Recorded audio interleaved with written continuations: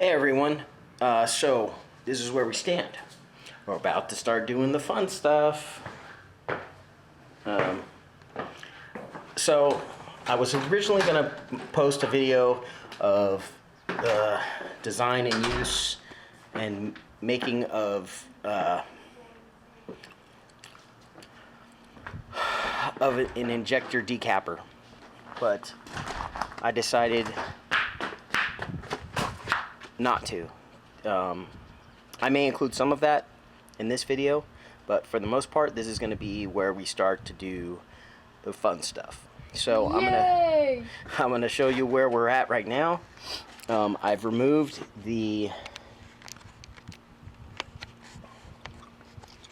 stock exhaust manifolds, the upper intake manifold, and all of the stuff that I need for that.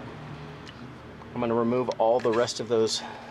Well, actually the next step is going to be me adding the turbo and turbo manifold, and then I'll start taking off the lower intake manifold, depressurizing the fuel system, figuring out if this fuel rail is going to work or if I'm going to need to get a different fuel rail. I'll finish flow matching the injectors I'm going to use. I never realized that these used EV1 connectors, so that works out. I can just use the connectors I already have, and then I'll start wiring up the standalone ECU. So I'll have to get a longer brake booster cable to run, since the intake manifold is going to be in the front instead of the back, and there's going to be a lot of ancillary stuff I'll have to do. Why is this here? It was because it got so hot from the sun, I needed something to protect my arm from it. Oh, okay. Okay. And then I'll have to take out the down tube, the down pipes, and I think I'm going to go ahead right now and install the turbo and turbo header, and then I'll show you guys me doing that and the aftermath.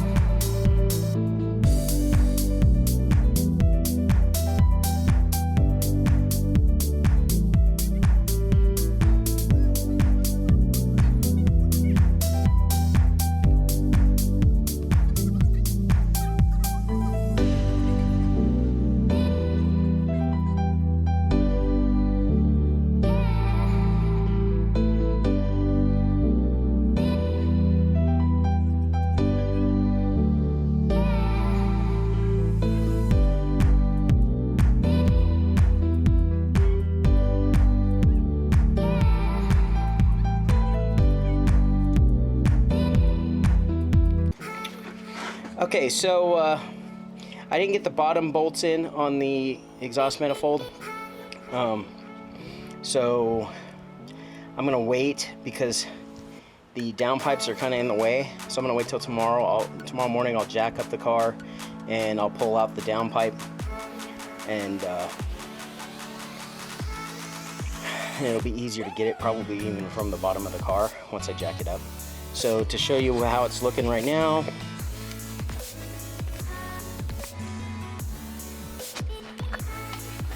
there's the turbo. Look at it. It is epic, isn't it? There's the turbo. I'll probably upgrade to an external wastegate, and when I upgrade the turbo to a 3582, or maybe, actually, you know what? I'm probably not going to go with a 3582. I'll probably go with an S366, because I don't want to have to run water cooling lines or just ignore them. So I'll just go with an S366 that only has oil cooling. Other than that, I'm just going to run some piping over to this side, right over here, and then come forward. This is all going to be gone because I'm using LS coils on the standalone. I'll use a water to air intercooler right here, then that will feed directly into the intake, and then I'll run lines up to the front under the grill for the heat exchanger for the water to air intercooler. But yeah, I think it's gonna turn out pretty good. I just have to get I'll get the intake off,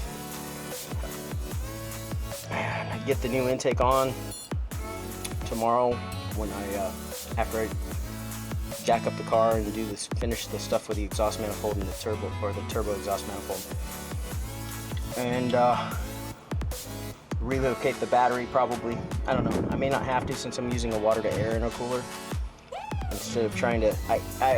Originally I was going to use an air to air intercooler, but looking at the amount of room that's here, it'd be kind of a pain in the butt to route. And it would probably take some clearancing in different places and removal of stuff I didn't want to remove, to get all the piping down through the front and then back up into the intake manifold.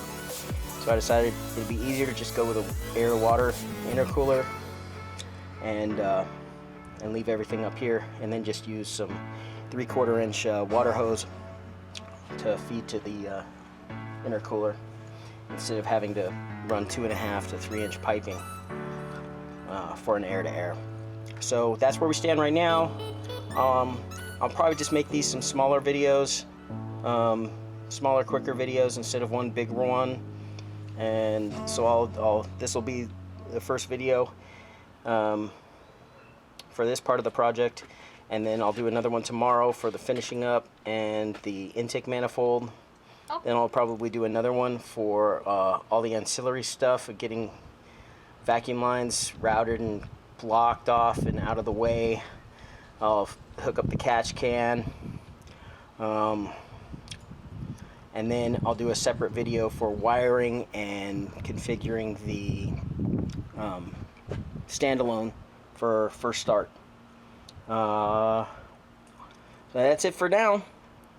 Hope you enjoy. Bye. Don't forget to subscribe and click the bell notification button. Bye.